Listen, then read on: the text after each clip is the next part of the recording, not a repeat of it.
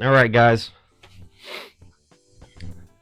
Good morning and good night to whoever is in a different time zone and watch these fights at a different point. But good morning. It is 8 o'clock in the morning. I'm just getting up a little bit. Drank a lot, smoked a lot, watched all those fights, went crazy. Oh my God, was this not one of the best cards of the entire fucking year? This was absolute fucking cinema from beginning to the end. Finally, one of the few cards of this entire year where the main card actually delivers. The prelims were fucking fantastic, fire. I'm not gonna go over every single one of them, but nothing but fucking fire from almost every single one of those fights, and it led into the main card where we got nothing but fantastic barn burners and one of the worst moments in the entire sport. Let's just start from bottom to top. I am going to talk about a couple of them at least. I'm just going to speed through most of it though. Muhammad Naimov versus Marion Santos. Good job from Santos. Really put it on his motherfucking ass. He basically controlled that entire round from beginning to end. Good job getting that round 3 TKO. Mansur Abdul-Malik versus Antonio Tricoli. Super cool from Mansur Abdul-Malik. I didn't expect as much grappling for him to actually get that kind of submission. Fantastic job. Motherfucking good shit. Anthony Tricoli is going to be kicked out of the UFC. I am very sure about that. Iwo Baraniewski versus Ibo Aslan. Barn burner. That one was fantastic. Everyone got up out of their seats. DC was going crazy. I was going crazy. That's how you start off this fucking night, bro. Amazing. Iwo's gonna go far, but I do worry that the way that he fights, bro, he's gonna get himself fucking slept real soon. He got very lucky he didn't get slept in that fight, because if it got to the second round, I was confident that Iwo's probably gonna put him to sleep. But Iwo with that first round killer shot, oh, that shit was nice. All right, I'm not gonna get too loud. Jalen Turner fucking murdered Barboza. Brutal. I loved it. I thought it was good stoppage. Not, I don't know if it was great stoppage. It was getting beat up pretty bad. I'm gonna be a little bit mixed up with the stoppages overall, just because of it was a pretty crazy night of all that shit. But amazing fight. Another fantastic fight. I don't know if Barboza is fully done, but I think he should be. Walk away now. It's been a bit too much. You're getting too many beatings. Maybe just switch it up for a little bit, bro. Just switch things up. Take a break, bro. If anything, just take a break. Just stop for a little bit and just fuck off. I feel like I've been seeing Barboza fight too much and lose too much recently. Jerk our clothes. The other fucking. Just take a break, dude. All right, we got Martin Vettori, Bruno Ferreira.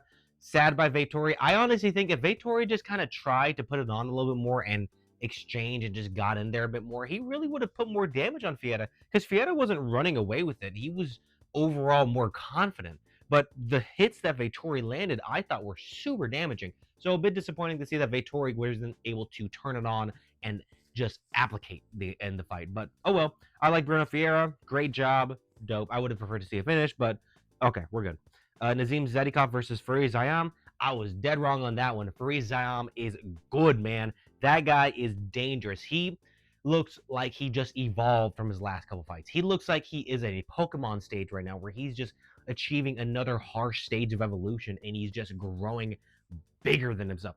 Like, he was very, very impressive. Just overall dominated everywhere, dominated the grappling, brutal fucking striking.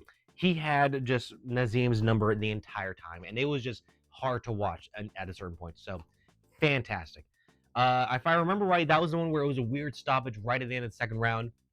I did think that I would have preferred that the ref separate them, let Nazim try to get up, see how he stumbles and falls over, call the fight. But I don't think it's fair to, as they're on the ground, the round is over, and you just decide to then just say it's, I don't know. It was weird to do it in that moment. I just would have preferred, all right, round's over, move over, let him get up, get up. You're not getting up, fight's over. I want to see that process. I want to see this kind of. I like seeing the process happen, so that way I can justify the responses and stuff like that. But whatever. Again, Ziam, killer, gonna go far. He's gonna murder whoever he fights next. I'm so excited for that fucking guy. Macy Barber versus Corinne Silva. Macy Barber puts it on. Macy Barber got a fan tonight. She got me on that one. Good wrestling. Corinne Silva was fighting a little dirty, doing a bunch of stupid bullshit. So I love seeing Macy Barber just ragdoll her ass at a certain point. Beat the shit out of Silva. Good performance. I don't got much to say about that other than Macy Barber put out today. Wow. Wow. Okay, hold on. We're gonna rephrase it. And my nose is super itchy. Give me 1 second. But for the Macy Boober, I just don't have too much to say other than impressive performance. Great job. Awesome job. We're gonna move on. Terrance McKinney versus Chris Duncan. Yeah, bro. I knew this was gonna happen this way. Terrance McKinney is just too wild. He said IQ McKinney this week. Fuck no. There was no IQ McKinney. No Magomedov McKinney. Fuck off, man. No. But great job by Chris Duncan staying that fire, and he showed exactly what I thought he was. A dog, a real fucking dog. The definition of what a dog is. Someone who takes the hits and dishes it back out right away. That's what Grant Dawson needed to do a little bit, but it's not like everyone can do that. And it's a tall order to ask. You can't just become that kind of motherfucker. You have to be that motherfucker. And Chris Duncan is that motherfucker. So all the props to Chris Duncan. Great job weathering a nasty, severe tidal wave of a storm from Terrance McKinney and then putting that motherfucker out. I like Terrance McKinney a lot. Don't get me wrong. I really like Terrance McKinney and the way he puts on these fights. But it calls for the opponent to rise to the occasion. And Chris Duncan rises to the occasion. I enjoyed that a lot. All right. We have also Grant Dawson versus Manuel Torres. I'm worried my microphone's a little too scratchy. But Grant Dawson versus Manuel Torres. Torres' power is just too different. Yeah, bro. I knew Grant Dawson was doing well. He was trying to follow a certain kind of game plan. Good overall head movement. His game plan was nice, but Manuel Torres is just too much. I figured that in this fight, it's not going to be a Terrance McKinney, Chris Duncan. I figured Manuel Torres was going to get that knockout. He's just too quick, too deadly, too dangerous, too powerful, and he's too overall well skilled. It's too much. He is the IQ version of Terrance McKinney, so Manuel Torres is going to be continuing marching forward and claiming heads. So be excited for the rest of his career. For the main card, we then had Jan Błachowicz versus Bogdan Guskov. I actually agree with the judges. I thought that was a very clear draw. I thought Jan got 10-8 in the second round. It just looked like he was about to get killed in that second round. It looked like Jan was about to go to sleep. I thought Jan was about to fucking get knocked out of there. I was totally believing that they gave that round for Bogdan at 10-8. So it wasn't surprising for me when I heard the draw. I did believe, though, if they were going to give it to either guy, you had to give it to Jan for the performance he put on in round 1 and 3. And then if you gave that round a 10-9 to Bogdan in the second, okay, Jan won that fight. But I saw it like the judges did. It was a draw, guy. It sucks. Yeah, I don't like hearing draws. And honestly, anytime I say it's a draw, I feel like I'm wrong and you should just pick a fucking fighter and, just pick Jan. But I do believe it was a draw. I'm not going to be upset by that. I'm not going to be around the bush. Yeah, it's not surprising to me. We have Henry Cejudo versus Payton. Oh, but just to talk more about Jan and Bogdan, both are fine. It's a draw, so I mean, both you can almost rebook this fight, have it happen again, and it's gonna be fucking fireworks. Or just match either guys like anywhere in their division, and they're both gonna put on entertaining fights and prove how fucking badass they are. So, win is a win, honestly. Henry Cejudo versus Payton Talbott. Yeah, sad. Very heartbreaking. Real tough, man. Great fight, great scrap. Henry showed nothing but heart. He showed that I'm appreciative of how he stayed. And I'm happy that he came back because I started watching the UFC very late. So I didn't get to see a lot of these legends come into the fights. I didn't get to see a lot of these legends fight. I didn't get to see Demetrius Johnson really fight. I didn't get to see TJ Dillashaw do his shit. I didn't really get to see Dominic Cruz do his thing. But I got to see at least Henry Cejudo compete. That for me it gives me a lot to say thank you, a lot to say I appreciate that he put it on these last couple years, even if he lost. I appreciate the fights he put on. And this fight was one of his best that I've seen. Amazing fight. I really thought he stayed in there like a dog. Payton Talbott's improved so much though. Payton Talbott showed like he is ready. He's going to be coming up next for the title. Not anytime soon, obviously, but he's going to be about 2-3 fights away, and he's going to get that title shot. I truly believe Payton Talbott's going to knock out his opponents moving forward, and he's a better version of what O'Malley can do right now. Now, I think you set up that match versus him and O'Malley, and you see exactly how Payton Talbott can improve against a guy like O'Malley, maybe finish him, and maybe that's an opportunity for O'Malley to really put a stamp on his ranking in this division. But wait and see. Payton Talbott got a lot to go for. Henry Cejudo, enjoy the retirement. Fantastic. I'm going to keep watching the podcast. I'm going to keep watching the shit he does. He's going to keep helping fighters. It's not the last we're going to hear about Henry Cejudo, but it's the last we're going to see him compete. So all the respect to Henry Cejudo. We got Brandon Moreno versus Tatsuro Taira. Awesome from Taira. Obviously, he was going to win that fight no matter what. Brandon Moreno, he was just not able to get anything going, and Taira looked bigger, he looked stronger, he looked faster, he looked like just the future of the division right there. So Taira looks like he's ready for a title shot. I think the stoppage was a bit early-ish, but I mean, I just personally would have just wanted to see Moreno given more time. But I mean, I'm just a fan. I want to see him have a chance, and honestly, sometimes you got to call it. I don't know when's the best time to call it. Sometimes maybe that time was the right time to call it. Sadly, I don't want to see Moreno leaving a stretcher. I don't want to see him like going to call. I don't want to see him fucking end his career too early because of some injury or some shit. So if you had to call it early, you had to call it early. Tatsuro Taira still he dominated and he took that victory, and there's no question that Tatsuro Taira earned that. He earned that victory that night. So good on him. I do think that we're gonna get to Van in a second, but I do think that Tatsuro Taira is gonna be next for the title. So I'm excited to see that. You're gonna get Tatsuro Taira versus Van. I said Yawn, and fucking Van, so it's too many yawns, but you get what I mean. Awesome, though. Now for the co-main, guys. Alexandre Pantoja versus Joshua Van. What a horrible, horrible, horrible way for that fight to go out. More for me that I don't want to see Pantoja's career be affected by an injury like this, and it's such a disappointing way for Van to win the title. But my belief is still this, though. Van is the champion now. Van won the fight. That's my strong belief on this. And I love Pantoja. I am so sad to see him not be a champion now. And like it hurts for me to say that Pantoja is no longer the champion. That sucks ass. That's fucking shit. But Van won that fight. No matter what you want to say, no matter how you want to look at it, you can be upset by the way he was celebrated. I'm not upset by that. He fucking won a championship at 24 years old for his mom, for his country. Yeah, celebrate. Get on that fucking cage and scream your fucking heart out. I don't give a shit about that. But I don't like how people are just saying it's like a fluke. I don't like how people are saying this, saying that. Yeah, I guess it's a bit of a fluke. But the main thing that I see in what I saw the events transpire is that Pantoja came at him hard. Both of them came at each other pretty hard, and they both answered each other. But Pantoja came hella hard. Van pushed him back after he threw a head kick, giving him space. A move, pushed Pantoja back. Pantoja's off center. He falls. Van makes Pantoja fall. Pantoja catches himself on his arm, breaks his arm. That's because of Van. That's a TKO because of Van.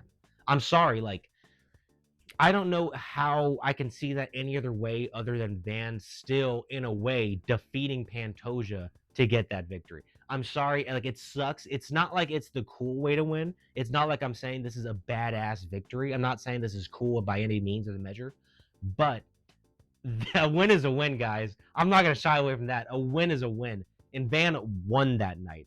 Thank you to all these fucking people from Myanmar and Burma, the Burmese people. I don't know too much. I don't know a lot of fucking shit, but man, videos have changed. The views changed overnight. Fucking crazy. I gotta say thank you to all that. And again, I have been a gigantic Joshua Van supporter since day fucking one that I've seen his fights. Since I saw his fight with Charles Johnson way back when, he won me over. He got me fucking watching UFC way more like crazy, even if he fucking lost that fight. But this shit is crazy. My entire experience watching the UFC really started around the time I started watching Joshua Van. So to see him take the title now and just do what I thought was impossible, what really seemed like it just was not supposed to, I don't know, it would be a fantasy. It would have been just fucking like a storybook. This should not be the reality that we live in, but here we are, guys. Here that we are. It is amazing. That's why I watch this shit. This is why I fucking love watching this shit. Because this shit is crazy, guys. This shit is wild. I love it. Again, all respect to Pantoja. I love the motherfucker. He's going to be back. Dana White saying he's not going to be back for a while. Fuck that. Fuck Dana White for saying this kind of stupid shit. Pantoja comes back when the fuck he wants. If he's ready to go within a fucking couple months, you give him the rematch. Pantoja deserves the rematch immediately. And watch what might happen in the rematch. I still think now my entire viewship of this entire fucking thing has changed completely. I might not go against Van anymore ever again. But watch Pantoja come back in the rematch. Bro, do not doubt Pantoja anymore. Do not disrespect his fucking name over this shit. Do not doubt the man over this shit. He's still a fucking dog. He's still one of the greatest of his division, one of the greatest champions in the division. All the respect to Pantoja. Van's time has come. It's exciting. It's a weird start to it, but I'm excited to see what this means for the future of the flyweight division. Fucking exciting times, everyone. So fucking exciting. Weird as shit. Weird as shit. But here we are. Let's move forward, guys. Yeah. But yeah, again, Joshua Van. All right. We're gonna now Merab Dvalishvili versus Petr Yan. Honestly, I don't have too. It's weird. I feel like this one I don't have too much to say. Everyone's so caught up in the Van fight and everything. The Petr Yan victory is cool and great, but it feels kind of secondary to what happened with Yan and Van and Pantoja. I need to catch my breath. Man, what a awesome fight. An amazing striking fight. Both of these guys just put it on the entire time. Merab slowed down the action every now and then for his grappling, and he couldn't get anything going.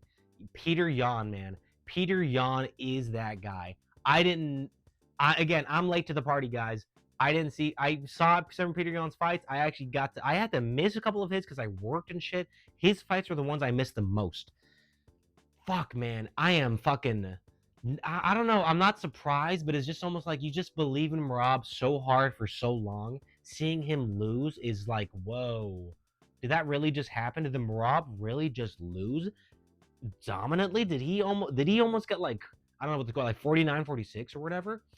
Fuck, man. Petr Yan dominated Merab the entire fight besides the first round. I had it 4-1 for Petr Yan. I gave Merab the first round, and I almost gave him the almost was nothing, but Yan took every other round. Merab could not take him down. Merab could not win the striking exchanges. Merab could not put the pressure on him.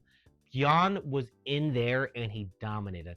Yan was in there. He showed no mercy. He was a bully the entire fight, and he showed that Petr Yan is the greatest in his division right now. I say greatest in his division, but we all know there's so many greats. Merab Dvalishvili is the GOAT of the bantamweight division. There's no other GOAT. What Merab has done in the time that he did it, in the way that he did it, yeah, Merab is the GOAT. You have to taste the GOAT still of the bantamweight division. And I do believe that Merab probably is going to win the rematch after this one, but that's going to be a pretty tall order, and he's going to be a pretty heavy underdog when that rematch comes around. The biggest thing that I was just kind of disappointed that Merab didn't do was the takedown attempts. He did say that he wanted to make it. He stood up. He wanted to stand up. Okay, don't start talking shit, Merab. Don't start saying bullshit, okay? Don't start coming up with excuses either where you wanted to make the fight exciting. So, yeah, okay? I get what you're trying to say. Don't say that. Stop saying that. Just fucking Yan won the fight. He was the better fighter that night. Flat, over. Believe what you want to believe. Feel what you want to feel. Just don't say that in the microphone. I hated hearing that. I hated hearing that from Merab.